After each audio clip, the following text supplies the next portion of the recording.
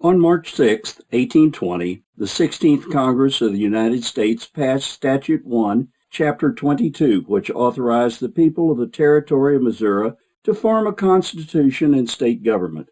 The fourth paragraph of the sixth section of that statute granted the soon-to-be state of Missouri 4 entire sections of land for the purpose of fixing the seat of government. The selection of the location of those 4 sections of land was left to the state and must be made prior to the public sales of lands. The Revised Statute of Missouri, Chapter 351, dated December 31, 1821, ratified the land selection of the commissioners appointed to make the selection of the location. The equivalent of 4 sections of land were situated on the south side of Missouri River in the fractional township 44 North in range 11 West of the 5th principal meridian. This selection of lands includes the city of Jefferson as we know it today. Revised Statute of Missouri, Chapter 446, dated December 19, 1822, appointed Josiah Ramsey, Jr., Adam Hope, and John C. Gordon as trustees of the city of Jefferson. The assigned responsibilities of those trustees were making provision for the sale of the first 200 lots in the city of Jefferson, to reserve land, and to make provisions for the construction of a building to become the residence of the governor and for use of the General Assembly until the State House shall be erected, and finally other additional duties. In 1837, the building serving as the governor's residence and meeting place of the General Assembly burned, and plans to construct a new State House located on the site of the current Capitol were accelerated, and the second Capitol building was completed in 1840. The new Capitol was an attractive building in the Jeffersonian style, built near the edge of the bluff, easily visible from the river below.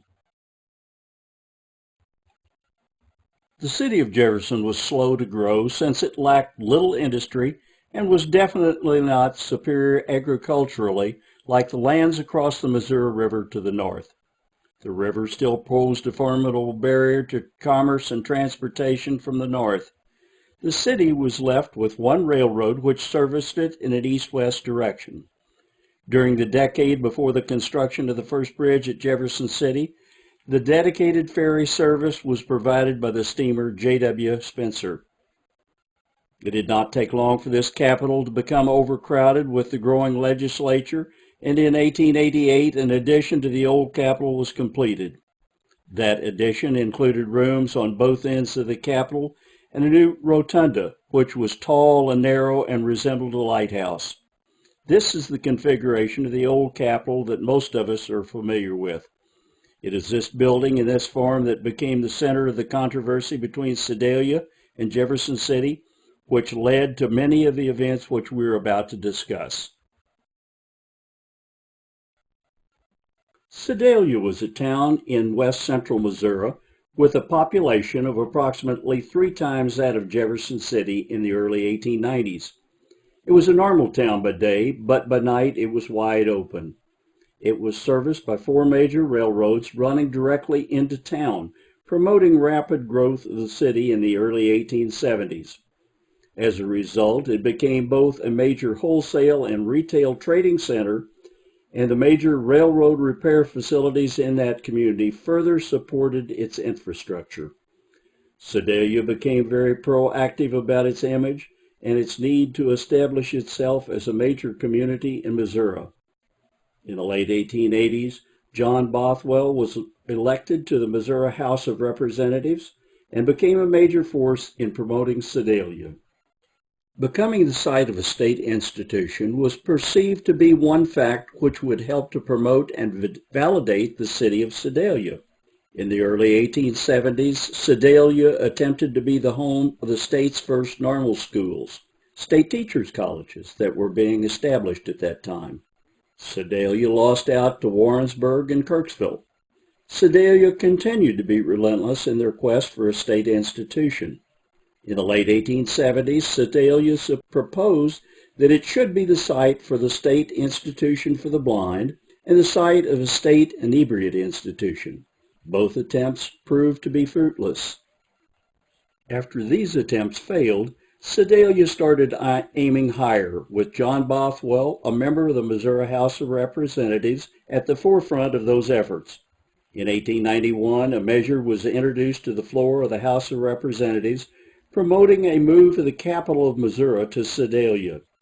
After much discussion and the suggestion of a number of communities other than Sedalia, the bill was tabled.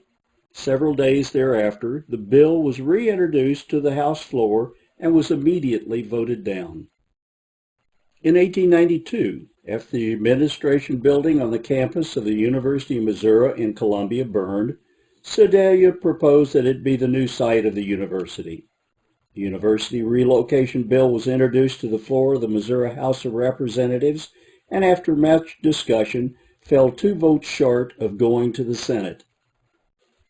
Sedalia continued their attention to relocating the capital of Missouri to the city of Sedalia. John Bothwell and other Sedalia community leaders began a more intense campaign in the background to realize this relocation. There was an effort to discredit Jefferson City as a suitable site for the capital. The campaign was apparent in the articles in the newspaper of the time and among the general discussions of the people on the street.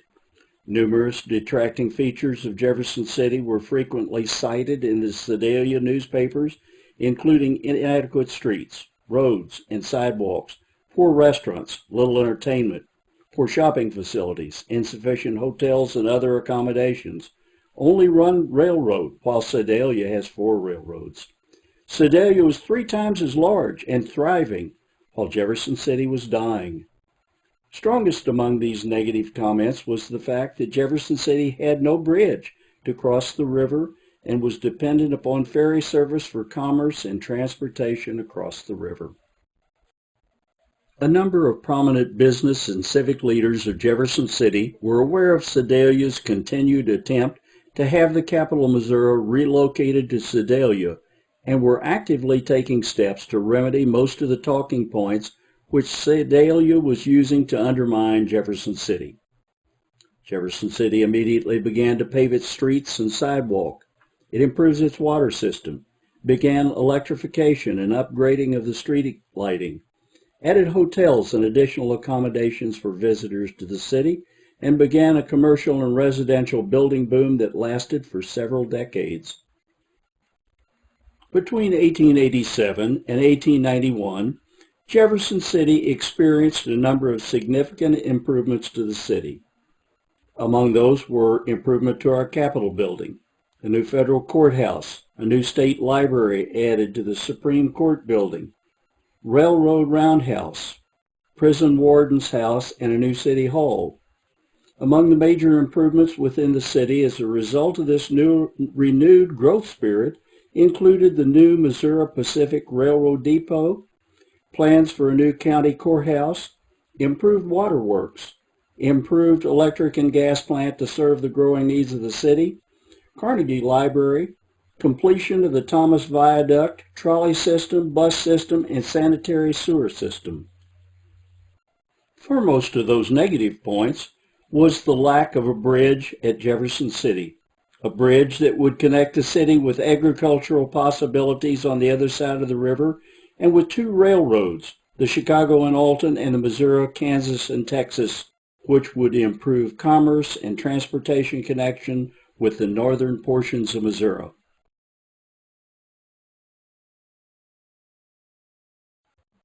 As early as 1892, the eventuality of a bridge crossing the Missouri River was being discussed in the Jefferson City Commercial Club. As early as 1892, a bill had already been put forward in the U.S. legislature to allow construction of a bridge crossing the Missouri River at Jefferson City.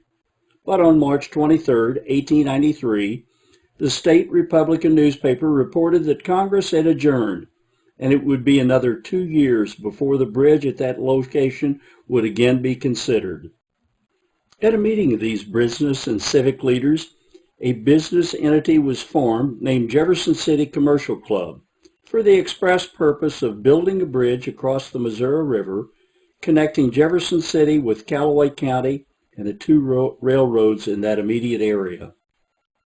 On the evening of April 10, 1893, a large gathering of citizens, about 100, who had met for the purpose of electing officers of the commercial club that had been recently organized. J.C. Fisher of this city made a speech calling attention to the great advantages that would accrue to this city by the construction of an electric road and wagon bridge across the river, stating at the time that it would probably cost about $300,000. The address was heartily applauded, and from that time to this, the people of the city have been talking bridge.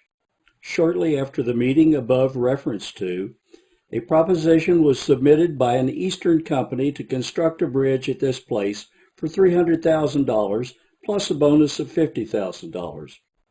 Mayor Grimshaw appointed a soliciting committee consisting of 15 of the most prominent citizens to ascertain whether this money could be raised. That committee consisted of the following persons: J.C. Fisher, Chairman; F.H. Bender, Henry J. Dooley, Philip Ott, A. Brandenberger, Henry W. Ewing, R. Dahlmeyer, Hugo Monig, J.W. Henry, Ben Veith, L.D. Gordon, W.F. Rosen, W.W. Wagner, and Dr. J.P. Porth. On May 18, 1893, the same newspaper reported that the commercial club had created a stock company to further pursue bridge planning and construction. $2,000 was subscribed for the purpose of making soundings, employing an engineer, J.A.L. Waddell, and ascertaining the cost of construction of a bridge.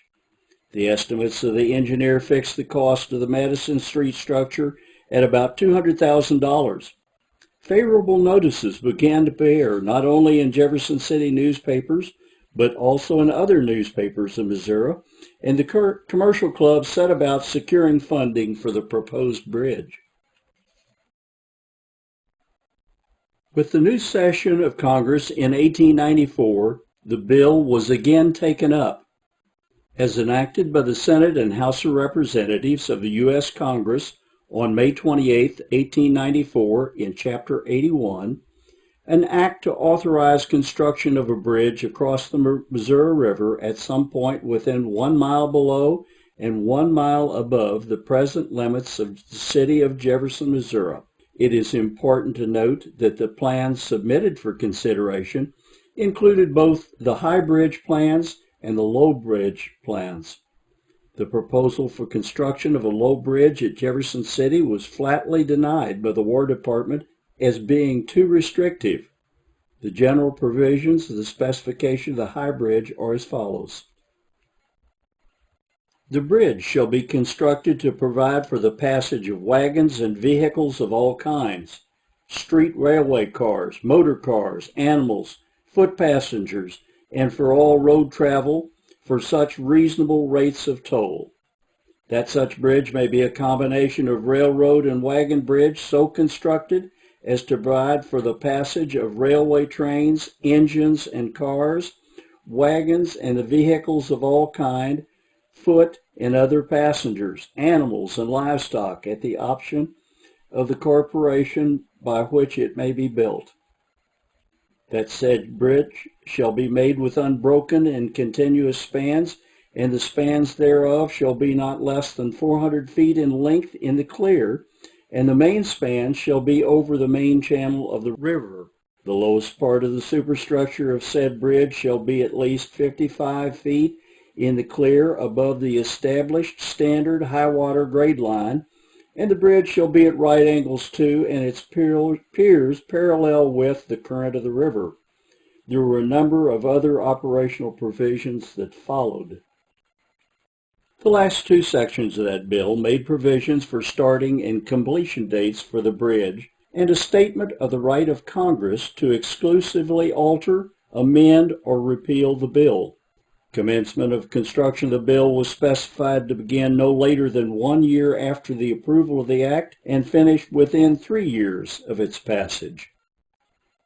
Shortly after the passage of the bill, the directors of the bridge project directed the engineer to make complete plans and secure the very best proposition he could get for the construction of the bridge.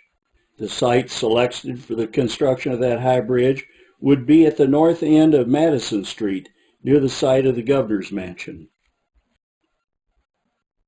The engineer of the company, Mr. J.A.L. Waddell, having made plans both for a high and low bridge, was sent to New York, Chicago, and other eastern cities for the purpose of securing the very best possible bid for construction of that high bridge. 4 bids, as made by competitors, were presented to the board of directors of the Jefferson City Bridge and Transit Company. The proposition of Mr. A.J. Tulloch, proprietor of the Missouri Valley Bridge and Iron Works of Leavenworth, Kansas, was found to be the best and most acceptable upon the condition that a final contract would be awarded and the money could be raised. After this, the charter was secured. The company started plans for the bridge located on Madison Street, a natural site for a high bridge, but upon careful investigation, it was found that the cost of the high bridge was over $30,000 more than the low bridge, and the annual expense to upkeep more $5,000 more. Missouri Valley Bridge and Iron Work Company soon became convinced that it would be impossible for them to build such a bridge. On the 19th day of December, Senator Vest secured the consent of the Committee on Commerce for the favorable report of an amendment to the charter authorizing the construction of a low bridge at Jefferson City, and made his report to the Senate. Before Christmas, Congressman Bland had put the measure through the House. On January the 8th, 1895, the Senate and House of Representatives approved an amendment to the original bill, which would change the original specifications of the bridge. However, it would not change the specified dates for commencing construction or completion of the construction. Shortly thereafter, it received the signature of Grover Cleveland, President of the United States, upon the recommendation of General Casey, the Chief Engineer for the War Department. The provisions for the amended general specifications for the bridge, as found in Section 3 of the original bill, were modified as follows. That said bridge may be a pivot drawbridge, and if the same shall be constructed as a pivot drawbridge, it shall have 1 drawspan affording 2 clear openings of not less than 200 feet each, which drawspan shall be maintained over the main channel of the river at an accessible and navigable point with a fixed span or spans, each not less than 300 feet in length in the clear. The headroom under each of these spans shall not be less than 10 feet above standard high water grade line, and the piers of said bridge shall be parallel with the bridge itself at right angles to the current of the river. In the early morning hours of February 20th, 1895, an eastbound train from Sedalia pulled into the depot at Jefferson City, and a number of Sedalia persons exited the train. Sedalia people had put together a plan of action, and that day was the day of action. The legislature went into session that morning, and the first thing John Bothwell introduced a resolution onto the floor of the House of Representatives for a referendum election to occur at the general election to be held the first Tuesday after the first Monday of November, 1896. The provision of the resolution was to move the capital of Missouri from Jefferson City to Sedalia. Bothwell then moved that the rules be suspended and that the House go immediately to a vote of the resolution, with no discussion on the floor. The resolution passed within an hour. Jefferson City Commercial Club holds an emergency meeting to attempt to block the resolution in the Senate that afternoon. As the Senate went into session that afternoon, the senator from Sedalia, Charles Gaither, introduced the resolution to the floor of the Senate. He moved that the rules be suspended and that the Senate go immediately to a vote on the resolution without discussion. The resolution was immediately approved by the Senate, and by 3 p.m. that afternoon, it was law. It was approved overwhelming 91-40 in the House and 25-7 in the Senate. The residents of Sedalia were ecstatic. They felt that it was a done deal once the formality of a vote in November of 1896, some 20 months away, was completed. But 20 months is a long time, and there was still time for Jefferson City to respond. After receiving confirmation of the January 8, 1895 approval of the amendment to the original bill to allow construction of the bridge at Jefferson City, the contractor's firm, Missouri Valley Bridge and Steel Company, and the bridge engineer, J.A.L. Waddell, were busy working on a final design for the bridge. The time between the bridge amendment and the final date to commence construction, May 30th, 1895, was inadequate for them to complete the final design and begin construction of the bridge. Any attempt to start the bridge after that date would be illegal. It became apparent that it would be necessary to buy time, and by all appearances, the best course of action would be not to ask for additional time, but to simply hold a very public groundbreaking. The Jefferson City newspaper, State Republican, announced to Jefferson City and the rest of the state that the groundbreaking ceremony was to be scheduled to be held on Wednesday, May 22, 1895, slightly a week less than the final date to start, to mark the commencement of the construction of that bridge. Actual physical start of the construction would be held quietly at some time in the future when bridge plans had progressed to the extent that allow that start. This was a rather risky gamble, and in the event of failure to complete the bridge, Jefferson City probably would be discredited to the extent that the capital relocation proposal might be approved by the voters of the state and the capital actually go to Sedalia. The May 23, 1895 edition of the State Republican newspaper of Jefferson City carried a full-page recap of the historical events leading up to the groundbreaking and the general description and specifications of the bridge. The order of ceremonies for the day were as follows: music, prayer, address by Mayor Edwin Silver, breaking of ground by Fred H. Bender, president of Jefferson City Bridge and Transit Company, address by Governor William J. Stone, address by Mayor John F. Bittiger, and finally music, and then was finalized by a proclamation commemorating the event. The ceremonies were preceded by a grand parade which was made up of 5 divisions of participants. Those 5 divisions were made up of mounted police, cornet bands, bridge company representatives, metropolitan press, state officers, and department heads. Other divisions were made up of every local fraternal and service organization, city and county officials, teachers and pupils of all public and parochial schools in the area, professors of Lincoln Institute, and finally, officers and employees of the penitentiary and members of the commercial club. The line of march was as follows: assemble at the courthouse and march east on High Street to Adams, north on Adams to Main, west on Main to Madison, south on Madison to High, west on High to Washington, north on Washington to Stewart, west on Stewart to Broadway, north on Broadway to Main, and west on Main to Bolivar, where the ranks will be broken to attend the ceremonies. At night, there were exhibitions, drills, and pyrotechnic displays by the flambeau and drill clubs.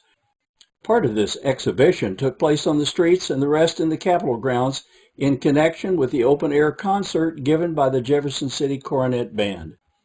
There were no estimates as to the number of parade participants or the number of individuals attending the groundbreaking ceremony. However, the number in both cases must have been quite significant.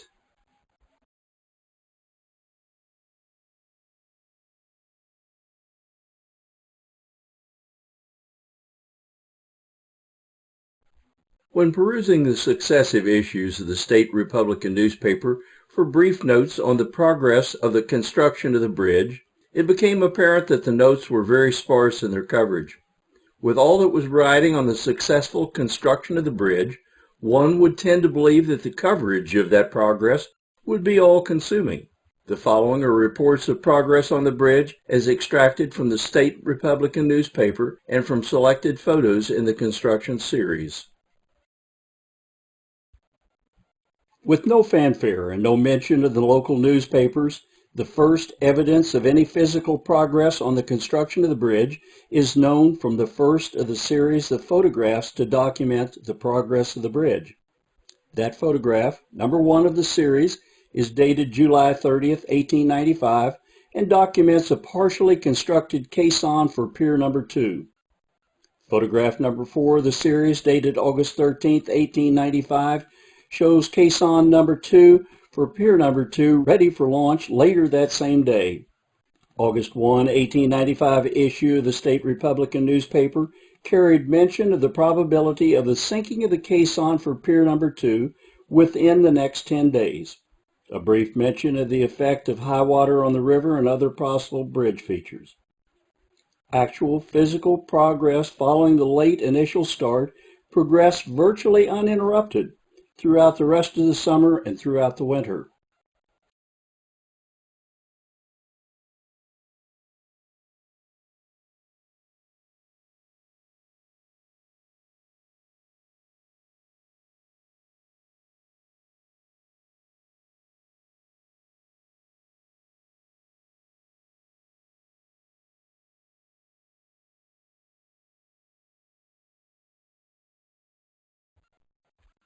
On the state news section of the March 5, 1896 edition of the front page of the State Republican, reported that the last span of the steel bridge across the Missouri River at Jefferson City has been completed, and the event was marked by the blowing of all steam whistles on the river and bridge works. The bridge will be open for traffic on the 1st of April, but the formal dedication will not take place until some weeks later. The Chicago and Alton Railway has a corps of surveyors at work selecting a route for a spur track from its terminus at Cedar City to the north approach of the bridge, so that passengers by that line can be transferred in 10 minutes. The April 9th, 1896 State News reported the bridge was complete and open to foot traffic on Easter Sunday, April 5th, 1896. Although the weather was threatening and some rain fell during the day, over 700 people took advantage of the opening day and crossed the bridge. Mr. W. H. Van Ryn was the first pay passenger, and Judge D. W. Shackelford was the first person who drove on the bridge in a buggy from the north side. The April 16, 1896 edition reported that the bridge across the Missouri River at Jefferson City has been completed so that wheeled vehicles are crossing upon it. One of the largest celebrations in Jefferson City's first 70 years was held 125 years ago on May 21, 1896. Jefferson City was getting a bridge crossing the Missouri River, and the dedication celebration on that date was a monumental success. It was an occasion to celebrate, born out of reality and necessity. That day, the State Republican newspaper reported that the streets of Jefferson City presented an appearance not soon to be forgotten. Thousands of visitors were here from every section of the state.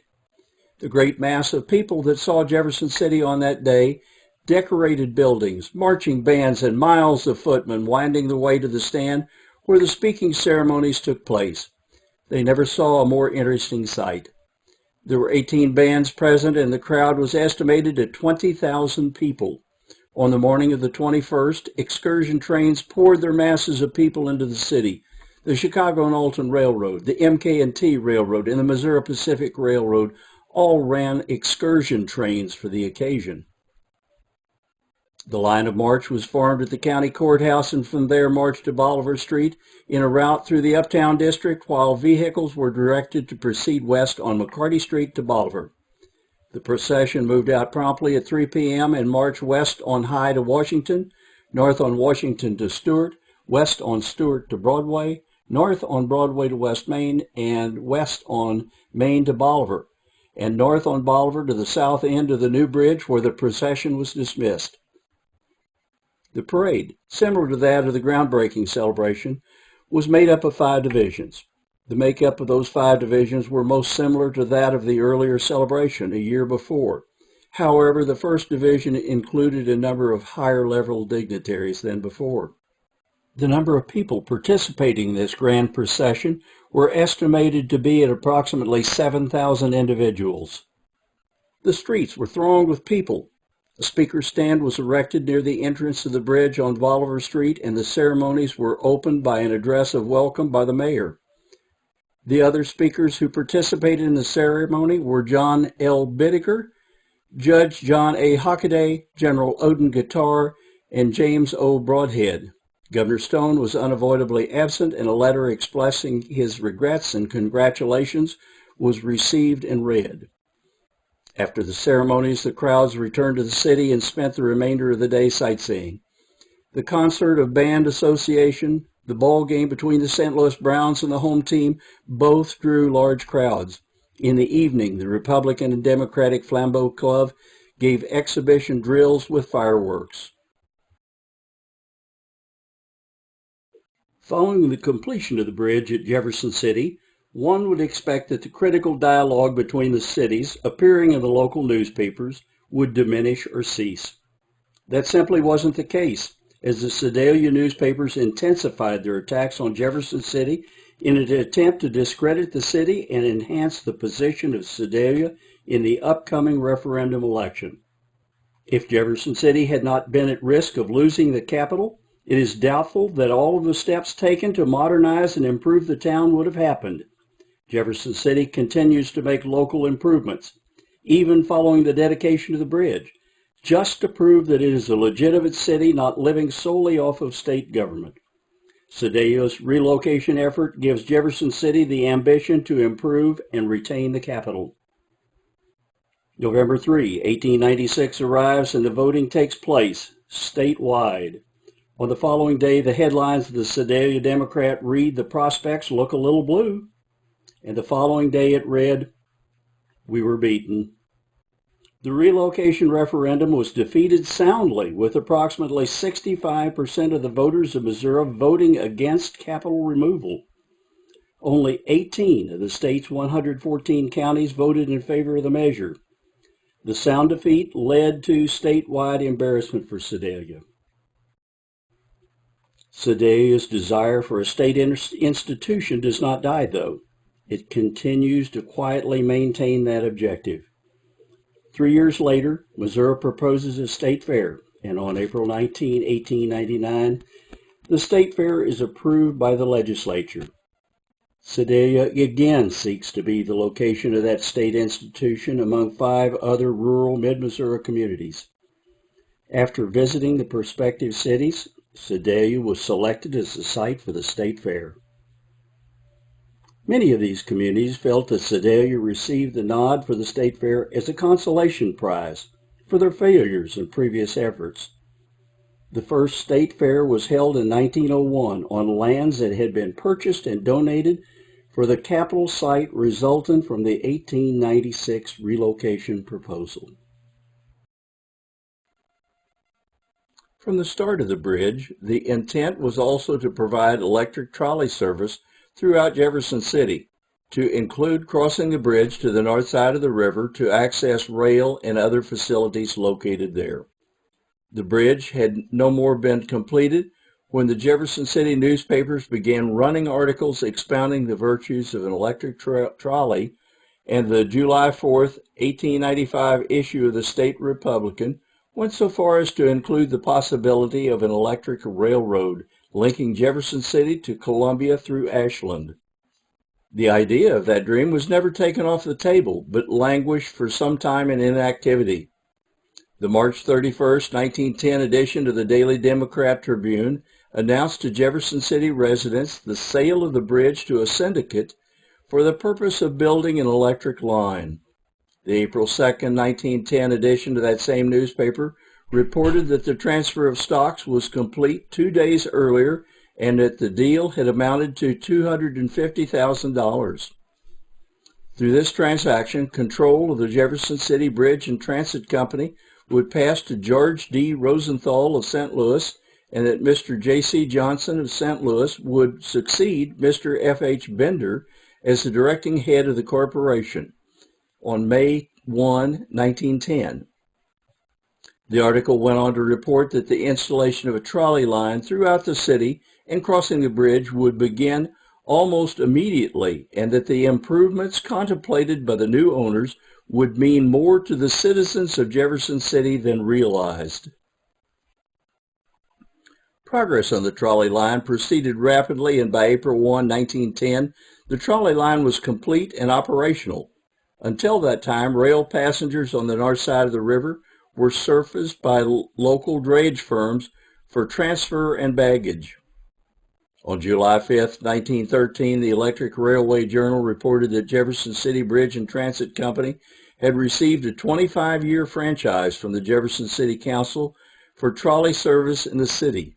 Also announced were plans by the company to build a 1-mile extension of the tracks to the east along the Morrow Road to Berry Springs and to double-track some of its lines in the city. The December 6, 1913 edition of the Electric Railway Journal reported that Jefferson City Bridge and Transit Company had been purchased by McKinley Interests through the Western Railways and Light Company. The purchase included the bridge and 6 miles of street railway operating in Jefferson City and vicinity. It was reported that the McKinley Interests proposed to extend the Jefferson City line to Colombia and Mexico. The February 8, 1912 edition of the Mexico-Missouri Message reported that the board of directors of the Mexico, Santa Fe, and Perry Traction Company at a recent meeting cut negotiations with Columbia promoter who failed to put up bond of $60,000 for the completion of the south end of the electric railroad, which would include service for Columbia to Jefferson City. There were further discussions of interesting local capital for the completion of that proposed electric rail line. However, all of those efforts failed, and the electric railroad between those cities came to a close without ever starting. The streetcars of Jefferson City added strength for the development of our east and west ends, Clark and Morrow, West Main, Boonville, and streets connected to those. Buses were introduced in the flexibility of lines of service as well as increasing prevalence of ownership of motor cars by the public as they became more affordable. The need for streetcars declined.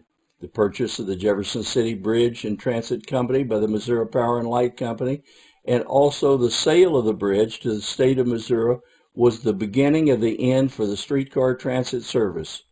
By 1934, the city railway system was abandoned and the tracks were removed. There is an editor's note that the greater floods of 1903 and 1954 took a heavy toll on the bridge, and at one time in the flood of 1903, there was fear that the main support of the swing span might be so mislocated as to cause the span to fail to connect properly with the stationary spans of the bridge. Fortunately, that did not occur. Later, a collision of a riverboat with that central pier again caused the same fear to recur. In spite of some damage to the column and part of the span, the bridge was readily repaired and returned to service. The years that the bridge served under the McKinley Group saw very little maintenance to it, and its condition declined severely. Apparently, the inability of the firm to complete an electric railroad from Jefferson City through Ashland to Columbia, which left only the road passage and the operation of an electric trolley, dulled their interest in operating the bridge. The revenues, which were less than anticipated, left little for maintenance of the bridge after profits were taken. In 1928, the bridge was sold to a Jefferson City firm, Capital City Highway Bridge Company, which added little to the maintenance of the bridge but did hasten their work to convey the bridge to the state of Missouri.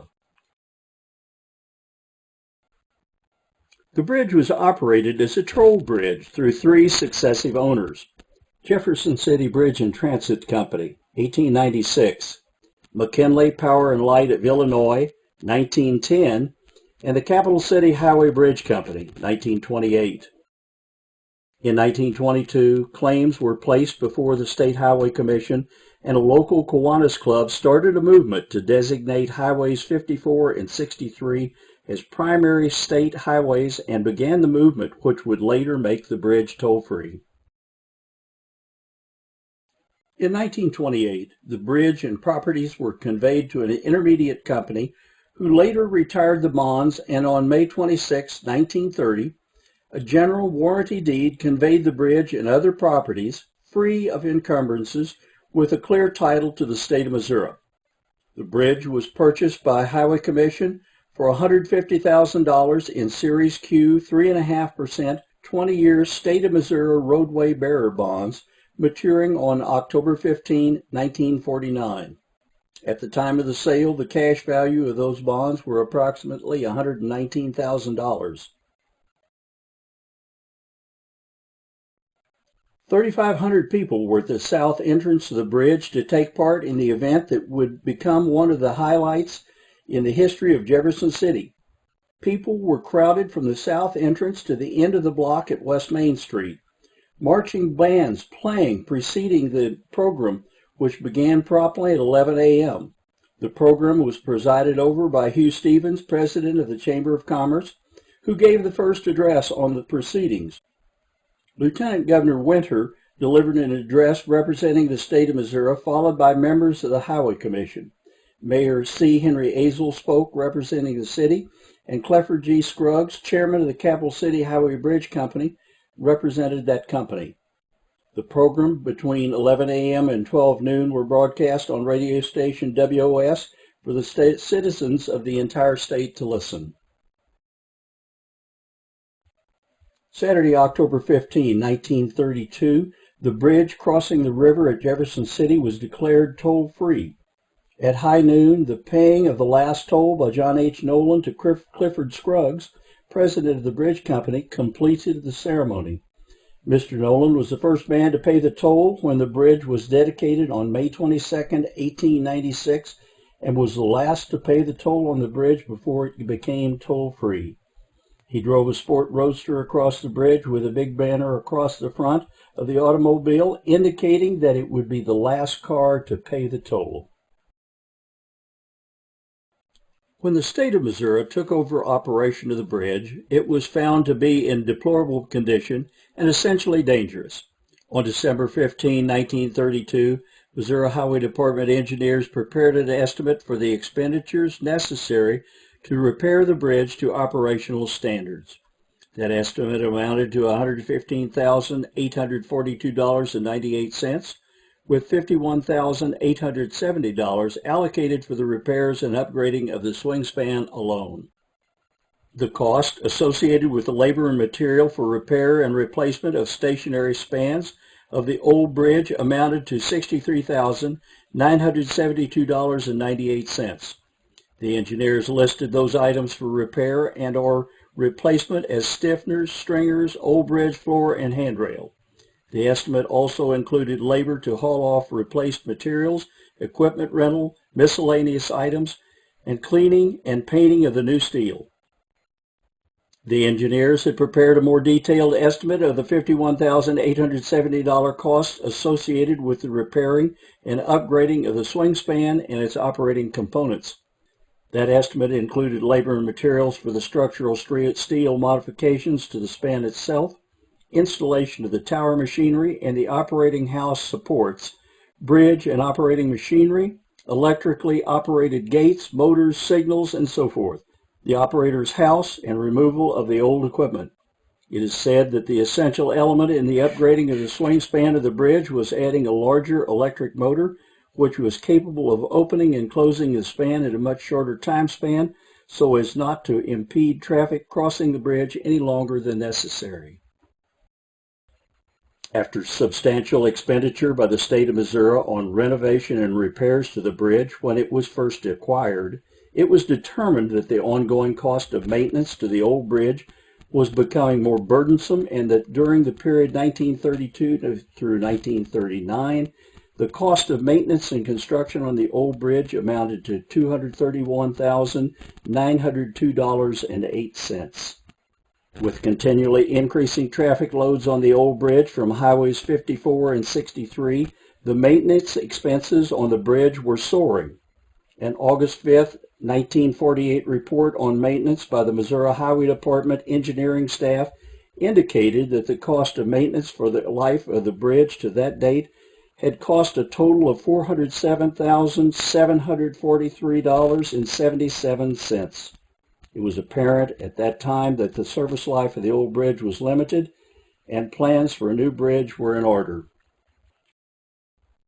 In the need to upgrade the highways of the state, the Missouri State Highway Department laid plans for improving and modernizing Highways 54 and 63 in the future.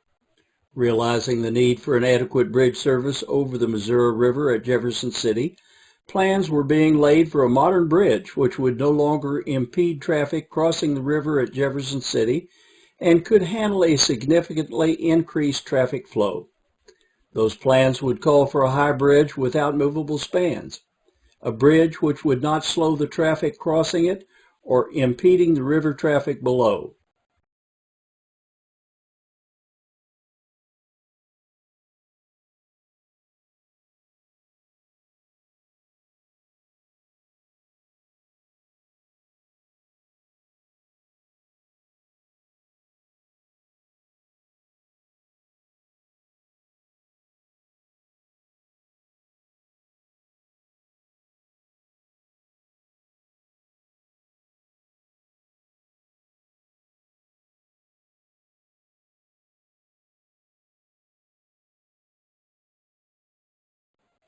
Plans for a new bridge were completed and delivered to the Highway Commission on May 15, 1952.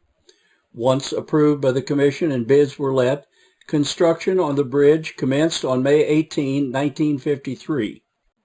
The plan was for a steel through-arch bridge designed by Sverdrup and Parcel of St. Louis, Missouri, and fabricated by Stupp Brothers Bridge and Iron Company. Substructure work was completed on April 1, 1954, and work on the superstructure was commenced shortly thereafter.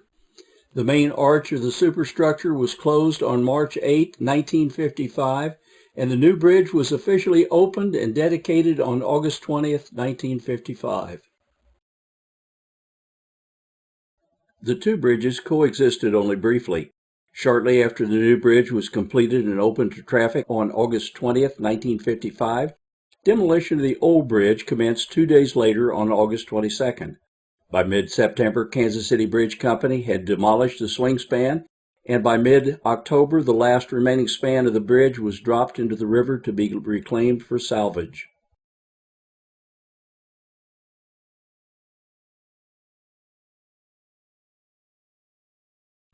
On October 20th, 2005, the four Rotary Clubs International of Jefferson City completed and dedicated a project which came to be known as Rotary Centennial Park.